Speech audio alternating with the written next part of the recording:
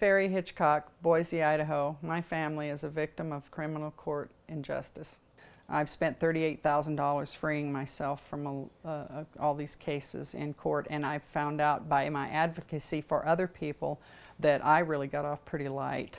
My daughter was a homeschool student. She was very bright, and she was in the theater and drama. She became involved with a young man who came over to our house and took up all of her time and became very controlling with her. This young man came in, and his family was Catholic. We were not. We were Christians. We had made the rule that she could go through a courtship at 16, but she couldn't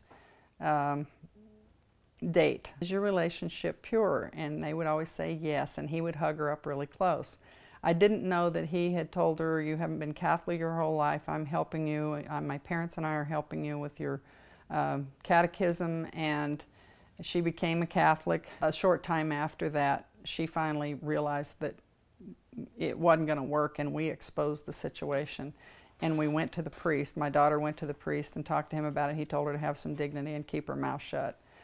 He told me that my daughter needed to be dropped like a rock and fall to the very bottom of the ocean. And he continued to pursue not only her, but the other daughter, who was younger, into the garages downtown after dances.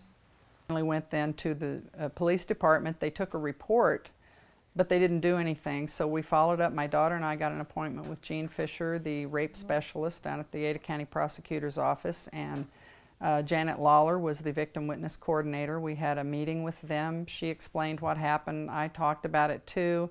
They told my daughter, go and get your $1,200 worth of free money from the Idaho Industrial Commission.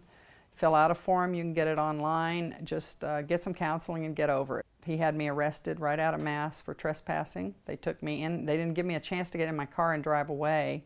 They actually said they had sent me a letter that it was proven and that I have. That I never got a copy of the letter. They didn't send it registered. They sent it in the mail like the day before I was supposed to have gotten it, telling me never come back. And I was tried for the stalking. I was accused of harassment because the parish nursing director, Connie Mortensen, Nick Mortensen's mother, dismissed the harassment. They charged me with the stalking. I had to go to court. I lost that in court because I had ineffective assistance of counsel. Charged with criminal libel by the city of Boise for daring to continue to talk about these things. I said, well, if I've been tried and convicted, I'm on probation, I should be able to talk about these things, because they said you can't show his transcript where he said, from the court document, where he said, this boy says, yes, I had sex with her when she was under 18, but you can't rape the willing.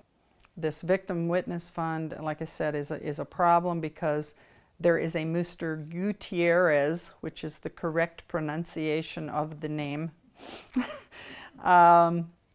who is also the person who administers the Victim Witness Fund under the Idaho Industrial Commission. And when I talked to Jim Kearns, who has a son, forget what his first name is, who is in the Boise Police Department. He's one of the lead guys of the Boise Police Department, but he used to manage, he's an old union AFL-CIO manager, and when I talked to him at a convention one year, he said, oh, well, this is not the way that the Victims Witness Fund is supposed to be managed. Let me see your papers. And at the next Labor Day picnic, he didn't want to talk to me or associate with me ever again. His son was part of the Boise Police Department who was going through labor disputes for their union right at that time, their association, it wasn't the union.